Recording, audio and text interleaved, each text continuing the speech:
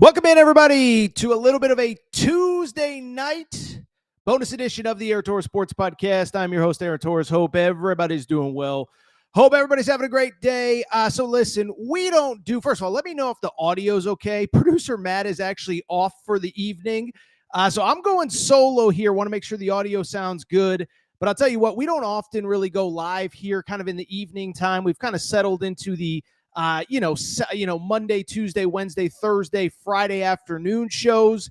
But we got to talk really quick about what just happened in Oxford, Mississippi. Credit to Ole Miss. They came into this game desperately needing a win, having lost 4 of their last 5 games. Well, guess what? They are now back on the winning trail as Kentucky gets blown out in Oxford. Final score 98-84. What was the stat? This was the biggest win or the most points scored for Ole Miss against Kentucky since 1971. Is that what I heard? So everybody come on in. I just want to do a quick 10, 15, 20-minute reaction to this because, listen, part of it is, listen, I give credit to Kentucky. I give credit to whatever for fighting back. But it was absolutely embarrassing. So everybody come on in. Again, it's a Tuesday night. I made myself a little beverage before we got started here. I know Kentucky fans need a beverage as well. And let's just dive in. So the final score in this game, like I said, 98-84. And what I would say is, listen, okay, so 3 things can be true about this game. One, as we have discussed quite a bit here on the Aaron Torres Pod YouTube channel, Kentucky is dealing with an awful lot of injuries right now, okay? Lamont Butler, your starting point guard, is hurt. Kirk Kriisa, your backup point guard, is hurt. Andrew Carr is playing with that bad back, okay? So I understand there are absolutely injuries. I understand that in this league, in the SEC, in 2025, when you don't have a starting point guard or a backup point guard, you're going to struggle. But at the same time, let me also say this. And if you listen to this afternoon show, we previewed this game. I said, I like the under of 147.5 because the one thing I said was, listen, I understand that they may struggle offensively. I understand that you don't have a starting point guard. But the counter to that is that I thought that the effort would be better defensively, okay? Well, instead, the exact opposite is true. And so 2 things can be true. You're dealing with injuries. You don't have a starting point guard. But the counter to that is exactly where you know what I'm going. The defensive effort simply wasn't good enough. And if you are Kentucky, I think this is a frustrating trend that has to get fixed. And I do question if at this point it can get fixed, okay? So again, we're dealing with injuries, but the defense was simply unacceptable. 54 first half points.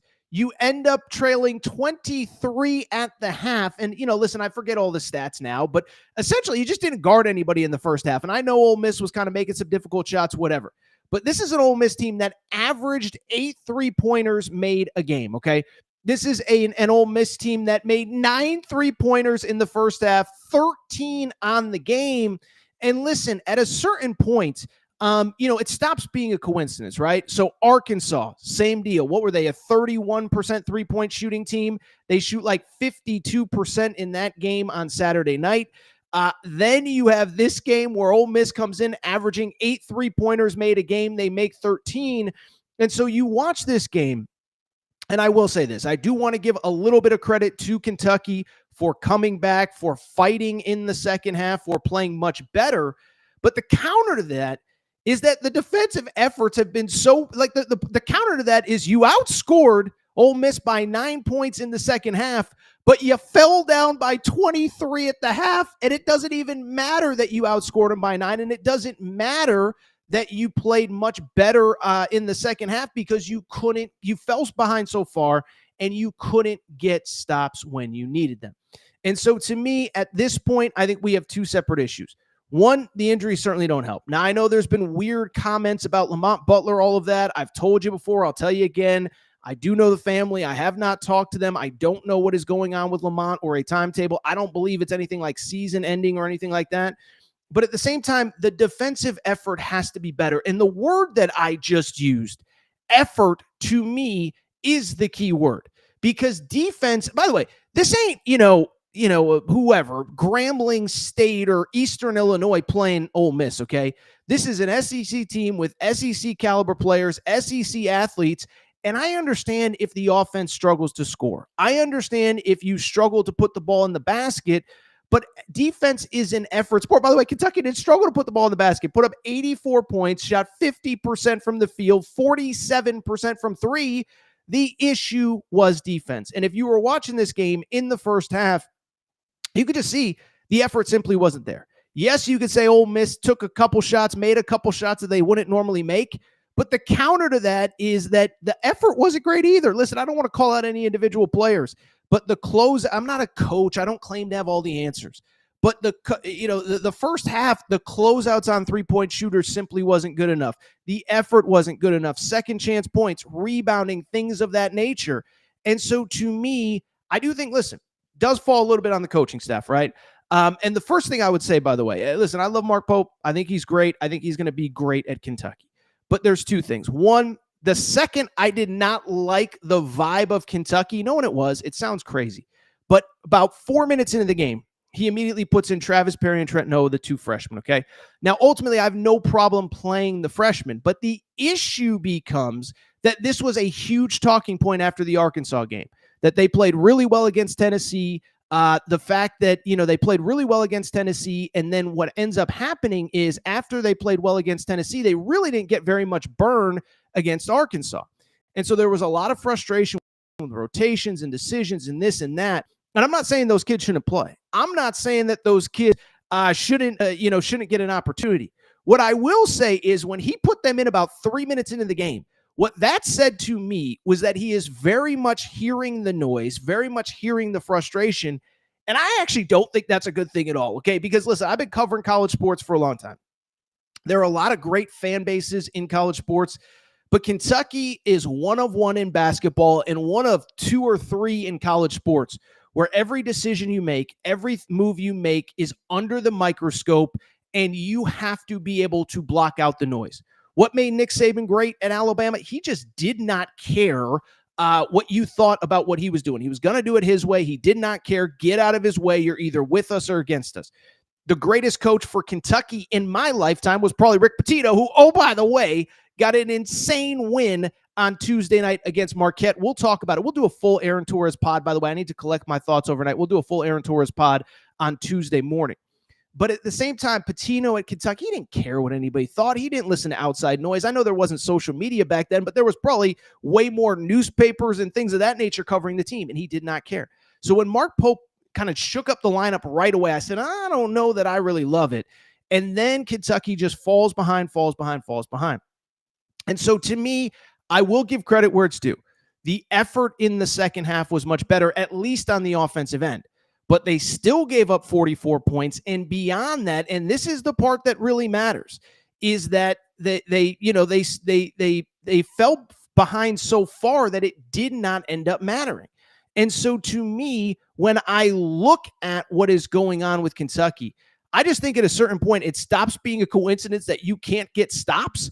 And what ends up happening is you have to look at the totality of the season and say, this team just is not good enough defensively. Again, I understand there are injuries. Lamont Butler playing in this game, isn't the reason, not playing in this game is not the reason that Ole Miss scored 98 points, 51 in the second half, and again, as a team, shoots 54% from the field and 43% from three. That's not the reason why.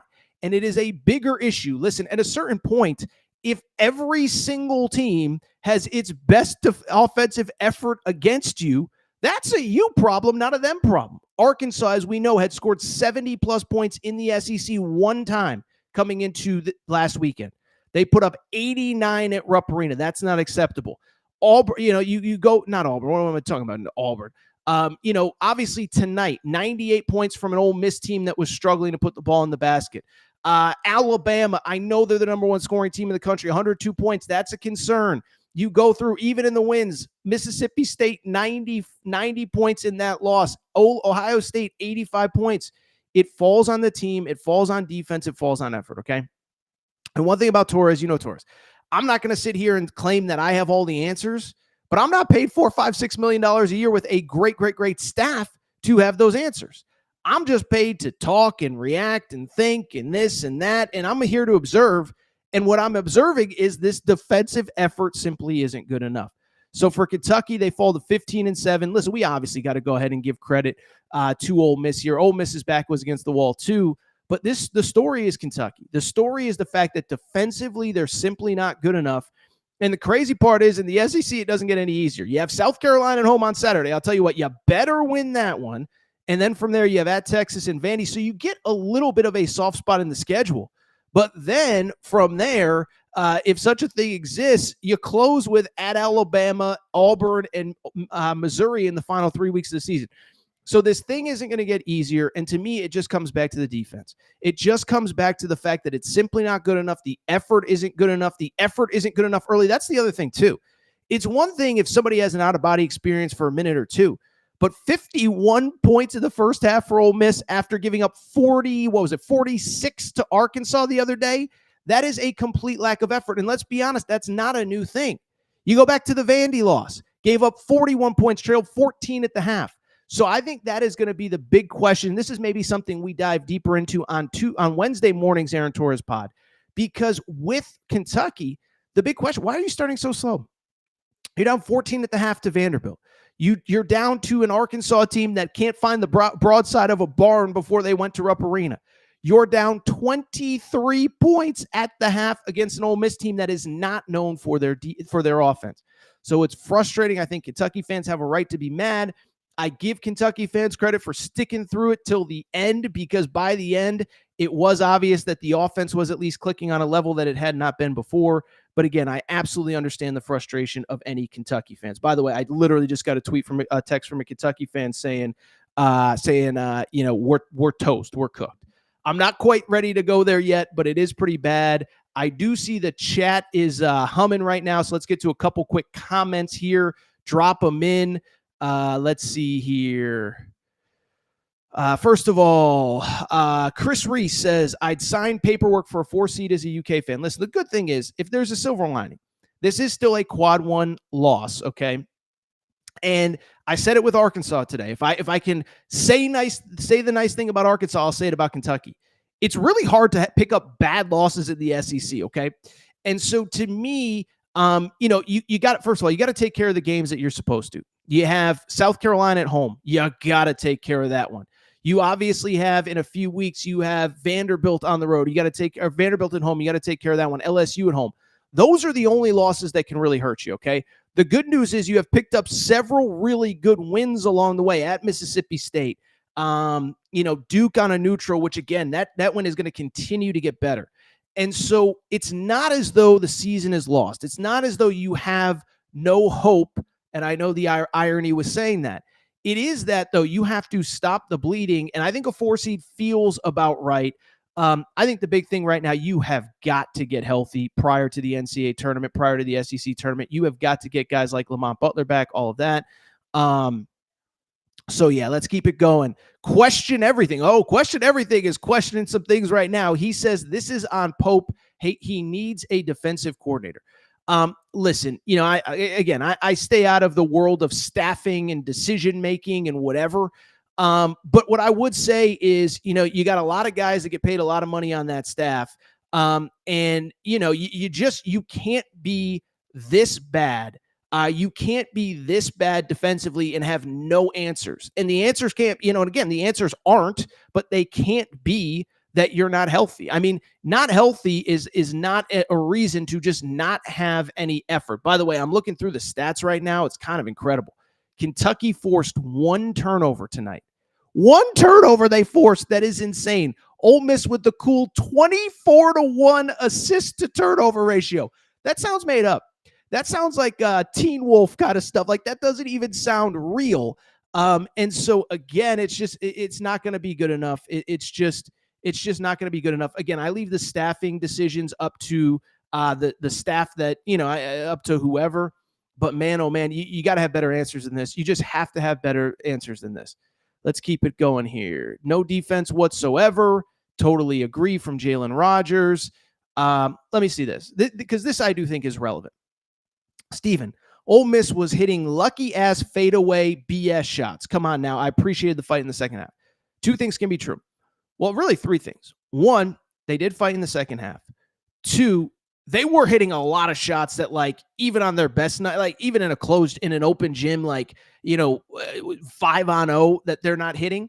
But again, when you don't have the effort and you fall down, then when you do get defensive stops, when they stop hitting lucky shots, then all of a sudden you start looking around, you're down so much you can't make up for it. So I think there was probably 4 or 5 shots that they don't normally make, but it doesn't change the fact that there wasn't enough effort in the first. I mean, I watched the game. The effort was not there. And again, I think it speaks to a bigger issue. Down 14 at the half against Vandy a couple weeks ago. Arkansas, you're down 3 to a team that just has not been very good offensively. Tonight, you're down 21 at the half. That's just, I don't care who the team is. That's not acceptable. You're too good. I don't care if you don't have a point guard. Again, I could see now why you would have 1 turnover forced, but that's really bad. Bobby going a little overdrive. Kentucky will not win another game. I think they will win another game. I think they'll win at least one more game. You better, by the way, make sure that you beat South Carolina. South Carolina is a must win, okay? And, you don't want to get hyperbolic and talk about this, talk about that. You need to win that South Carolina game. You have to win that game. You have to get back on track. You have to show something positive. The other thing about South Carolina, too, is sometimes you just face a team at the right time. South Carolina is not a very potent offensive team, okay? It's one thing if, you're struggling and now you got to face, say, Alabama or Florida or whatever. Is I know you're facing a South Carolina team that's struggling to score. You got to get defensive stops. You got to be good enough. This isn't a Lamont Butler thing. It is what it is. Let's see here. Let's keep it going. Ole Miss was shooting just under 70% of the first half. Not going to get it done. It's just not going to get it done. Listen, this is a great comment. Amari Williams is carrying this team. Kobe Brea, where you at, bro? So what I would say to that, this goes back to what we talked about, and I've been on this, is that it feels like you just don't get consistency from very many guys. And listen, I know everybody's not going to drop, 30 points a game every game, but Otega Oweh at least brings it every night. Lamont Butler was consistent until injury. Amari Williams has been playing better of late. But Kobe Brea statistically was the best three-point shooter in college basketball last year, was insane in the first half of the year. Game to game, week to week, you just don't know what you're getting from him. Jackson Robinson. Listen, I think he's good. But again, we've talked about it. I'm not trying to keep, beating a dead horse on this topic. But Jackson Robinson, had a couple 20-point games in a row. And he sat there and said, oh, he's ready to go. He played well tonight, 18 points. But again, that you need more. Is it enough? Ansley Almanor, I just saw the stat. Ansley Almanor played 15 minutes, did not record a statistic. Did not record a single statistic. So that simply is not going to get the job done. We'll get to a few more questions before we get out of here. Here you go. This is a good one. Kentucky, no excuses. Everyone has players hurt. Pope is their answer. Oh, okay. Fans are already turning on Pope. Listen, I'll leave it up to Kentucky fans to feel how, to see how you feel about Pope.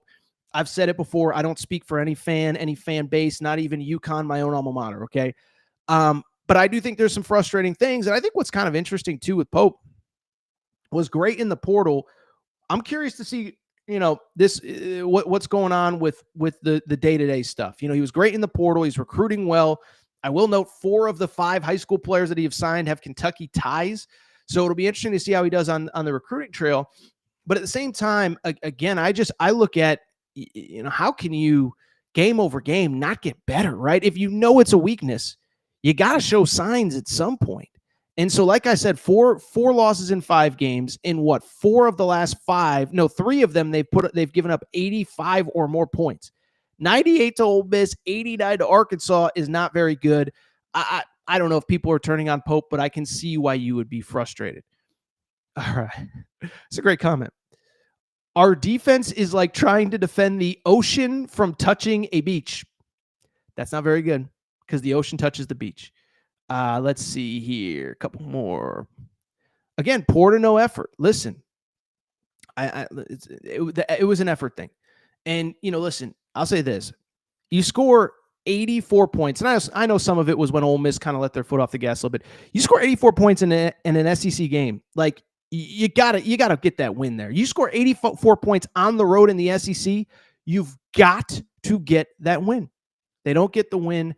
I think Kentucky fans have a right to be frustrated. Again, I was talking to somebody about this. It's one thing when you just lose because the other team's better, but when there is no effort, and I felt like there was no effort in the first half, that's unacceptable. By the way, again, I go back to no effort against Vandy in the first half. So effort against Arkansas. You could tell Arkansas wanted it more. So it's just a frustrating deal. I think Kentucky fans have a right to be mad. And it ain't pretty. By the way, really quickly, we're going to get back to some of your questions here in half a sec. We'll all go back and watch some college hoops. But I should say, before we get back to more of your questions, do want to thank our partners, do want to thank our friends, do want to thank Collie Puffs and ColliePuffs.com. Okay, so I've told you their story. First of all, it's a new year, new you. You're trying to be more healthy, eat more healthy, be more responsible. But you need a snack food when you're sitting on the couch watching your team that's healthy but also delicious. I've told you all about them. Collie Puffs, that is where Collie Puffs comes in, okay? Family-owned company. Joey's a big sports fan. Loves college basketball, by the way. He's a Rams season ticket holder, and he was sitting on the couch one day, basically said, I need something that's healthy to eat, that tastes good, that isn't going to make my belly look all big and gross. And so that's where he came up with Collie Puffs, okay? Baked, not fried, avocado oil, no grease. These are the alternative to all the crap in your grocery aisle.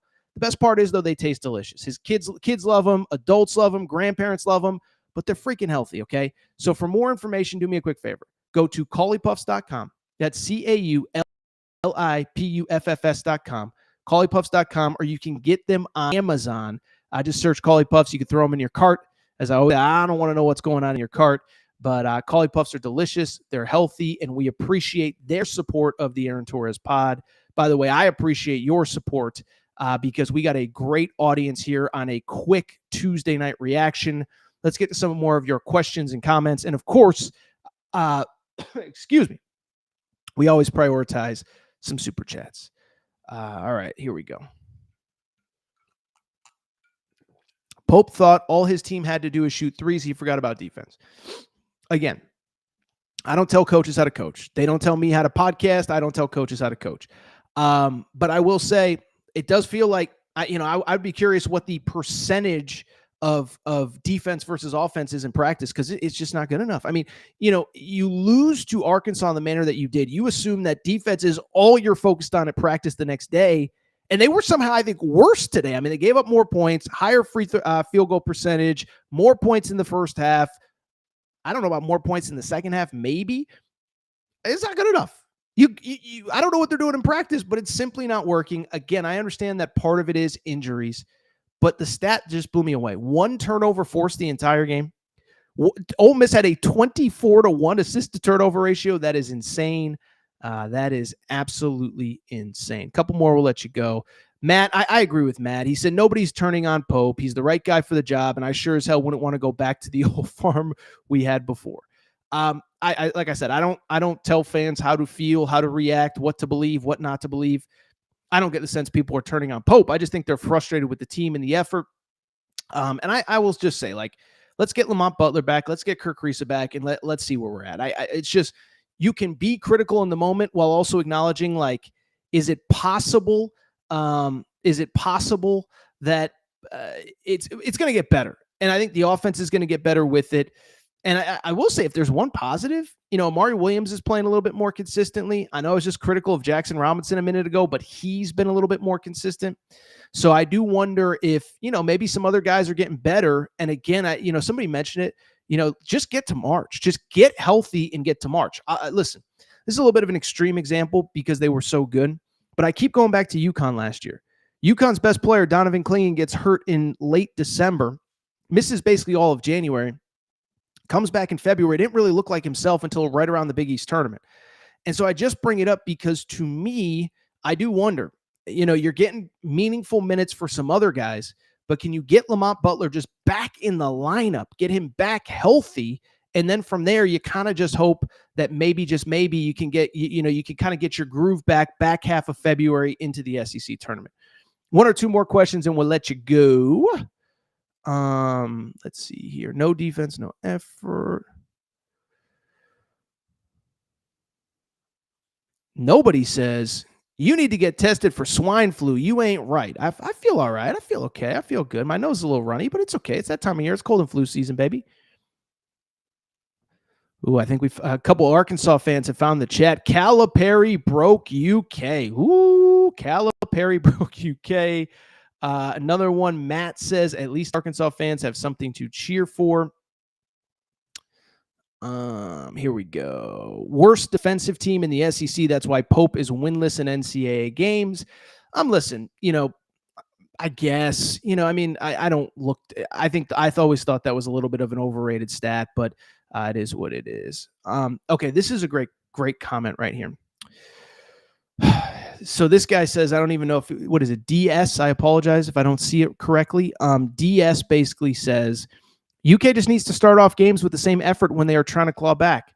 Then we wouldn't always be down at the half. That is, if I can diagnose it with one thing, that's part of it, isn't it? Like, why are we falling down? And when I say we, I mean like we metaphorically. It's not, I know people go, oh, we Torres, you're UK guy, close it. No. But 14 at the half at Vandy, 23 at the half against Ole Miss. What are we doing? Not good enough, people. Simply not good enough. A couple more, and then we will get out of here because I want to eat dinner. I haven't even eaten dinner yet. Bedbug Nation. Okay, I think that's a term for BBN. Michael says, Arkansas took UK's soul. All right, here we go. Let's keep it going.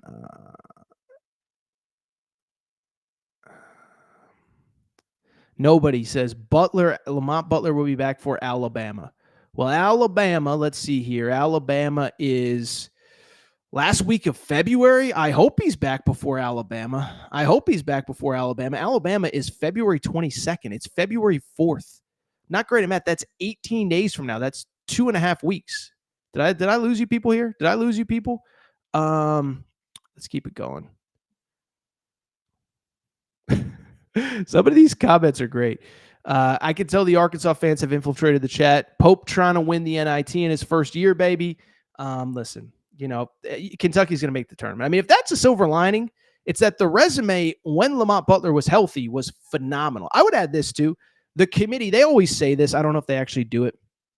They are supposed to take into account injuries. Like essentially, if you have a guy that, you played well with him, and then he gets hurt, you play well without him. If he's back for the tournament, the committee is supposed to factor that in. I don't know if they always do, but it is worth noting. Like Kentucky was playing like a 2-seed or a 3-seed when Lamont Butler was in that lineup. They've lost obviously 2 of 3 without him. They've lost 4 or 5, but the 2 that they lost, he clearly wasn't 100%. They do have to get Lamont Butler back because, now that I'm thinking about it, now that I'm talking it through, I mean, they were awesome against Alabama a few weeks ago, not defensively, but offensively. I think they just got to get Lamont Butler back. All right, 1 or 2 more. I'm going to go eat some dinner here. Let's see here. Oh, my God. Yes, I see. Wisconsin is laying the wood to Indiana 38-25 as I chat here. Woodson better be gone. We'll talk about that tomorrow. Mike Woodson will be gone at IU. Listen, that might be another conversation about Woodson, about his future. Because I'll say this. I think there are going to be some people, very good coaches, that are interested in that job. By the way, potentially the guy that beat Kentucky on Tuesday night. Did you hear Chris Beard at halftime referenced Bob Knight? Beard's a smart guy. I don't know if that was by coincidence. Let's see here. All right. Tell you. All right. Let's see here. I think that's going to be it for tonight. BBN fans are in full denial, says Michael. BBN fans are in full denial. Kentucky under 500 in SEC play. They're 4-5 overall. Arkansas 2-6. So Arkansas is a game and a half back of Kentucky.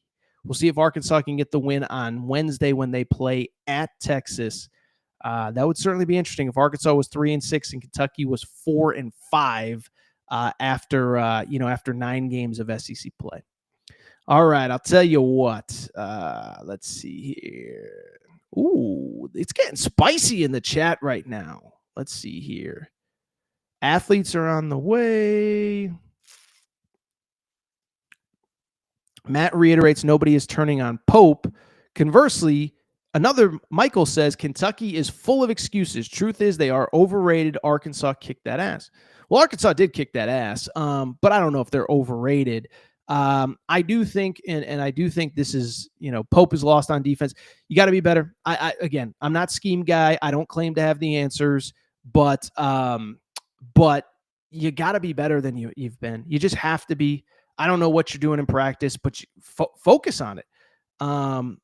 You just got to be better defensively.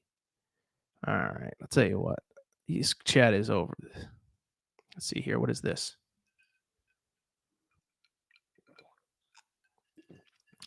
All right. I don't even know who that is. I think that might be a fake bot account. All right. This is an interesting comment. UK doesn't have a dog. You've got to have a dog in the SEC. Who is the leader on this team? Well, I'll tell you, I think it's Lamont Butler. Lamont Butler's a dog. I think Otega Owe is a dog, but Otega Owe is kind of, he's kind of worried about taking care of himself, and I don't blame him. He's the best offensive talent that they have, but I do wonder if, I just think Lamont Butler. I just think Lamont Butler is the key. I think Lamont Butler is the X factor. I think he's the dog. By the way, some of the tweets coming in are nasty. Let's see here. Wow. There's a lot of stuff on social media right now. There's a lot of people that aren't happy. But to this point, I think Lamont Butler's the dog, and I think you need him back. I think, to me, it's hard for me to, again, be overly critical of this team until I know until I know the status of Lamont Butler. I just think that there's still I think they can get back to the team that beat Duke, can get back to the team that beat Gonzaga in Seattle, can get back to the team that won at Mississippi State, but you got to have your full complement of guys. And so let me wrap maybe by defending Kentucky on this one, is that, listen, you take whoever. You take, I'm trying to think, Zakai Ziegler off Tennessee. I know they just won without him, but they're a different team. Walter Clayton for Florida's hurt. Florida did not look the same in the last couple games. So I think you got to get back Lamont Butler before I'm going to be too critical of the situation at Kentucky. Let's see here.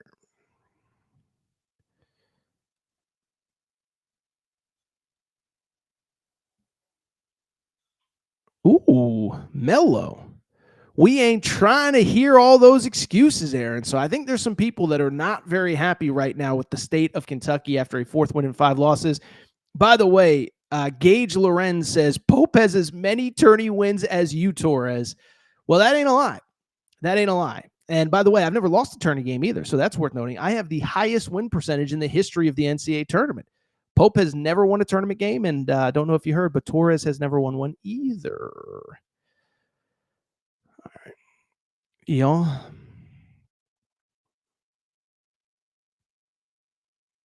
All right. Good Lord, this chat is, we got a lot of comments. I'll tell you what. Hey, people, what do you guys do at work every day? Because I think I'm going to be back live tomorrow, 11 a.m. Eastern time.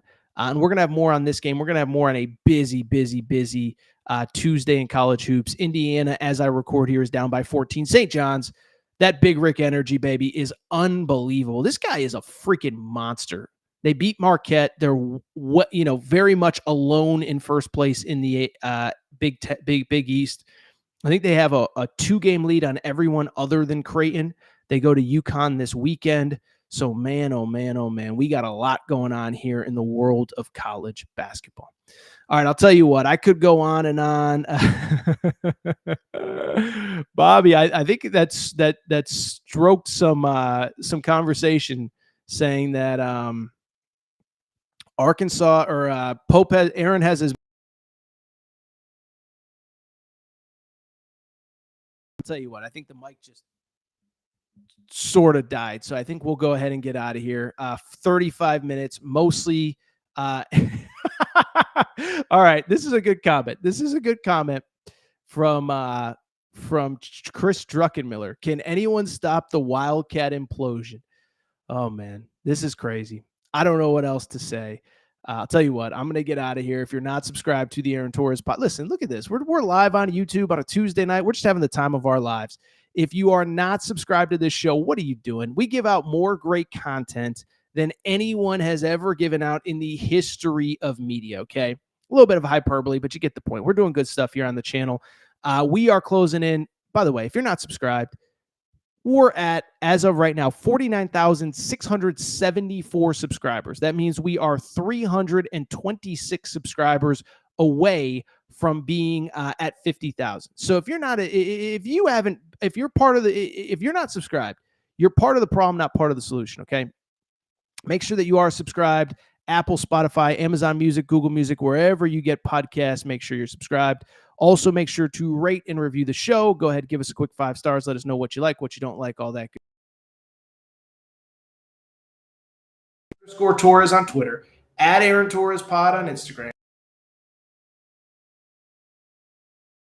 Yes, questions at gmail.com. That is all for today's show.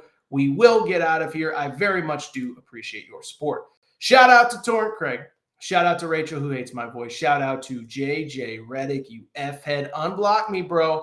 I'll be back 11 a.m. Set your alarms, whatever you're doing. If you're at work, leave work early. Go on a lunch break early. We are going to have a lot to react to off of this game. Appreciate everybody's support. We will be back. New episode of the Aaron Torres Pod on a Wednesday.